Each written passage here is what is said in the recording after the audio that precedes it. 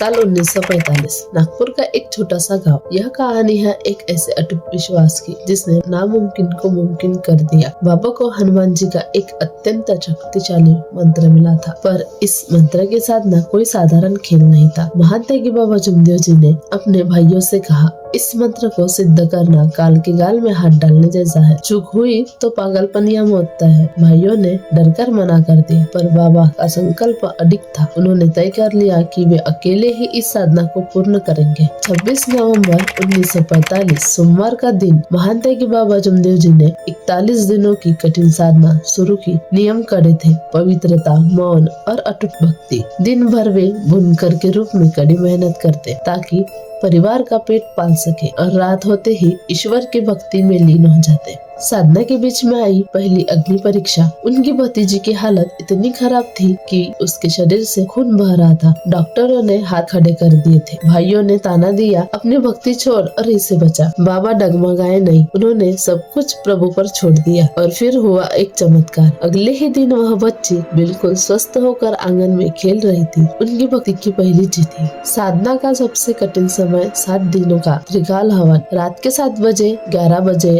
और तड़के 3 बजे। महान त्यागी बाबा जमदेव जी को बिना रुके हवन करना था। नींद और थकान हावी हो रही थी, पर बाबा का ध्यान सिर्फ मंत्र पर था। मारुत राव ने एक अद्भुत दृश्य देखा था। उसने बताया कि साक्षात हनुमान जी हाथ में चांदी की गदा लेकर पूरे घर की रक्षा कर रहे हैं। अब सबको यकीन हो गया था कि ईश्वर स्वयं उनके साथ है। साधना पूर्ण हुई। बाबा को परमेश्वरी साधना पूर्ण हुई। महान त्यागी बाबा जमदेव जी को परमेश्वरी कृपा प्राप्त हो चुकी थी। अब वे सिर्फ एक इंसान नहीं बल्कि दुखों को हरने वाले एक माध्यम बन चुके थे। उनके पास जो भी आता वह खाली हाथ नहीं लौटता। यह कहानी हमें सिखाती है, अगर आपका इरादा नेक हो और विश्वास अच्छा हो तो पूरी कायनात आपको सफल बनाने में जुट जाती है। आज भी बाबा की ये गाथा हमें भक्ति की शक्ति याद दिलाती है। अगर आपको ये वीडियो पसंद आया तो लाइक करिए, सब्सक्राइब करिए। चलते हैं, नमस्कार।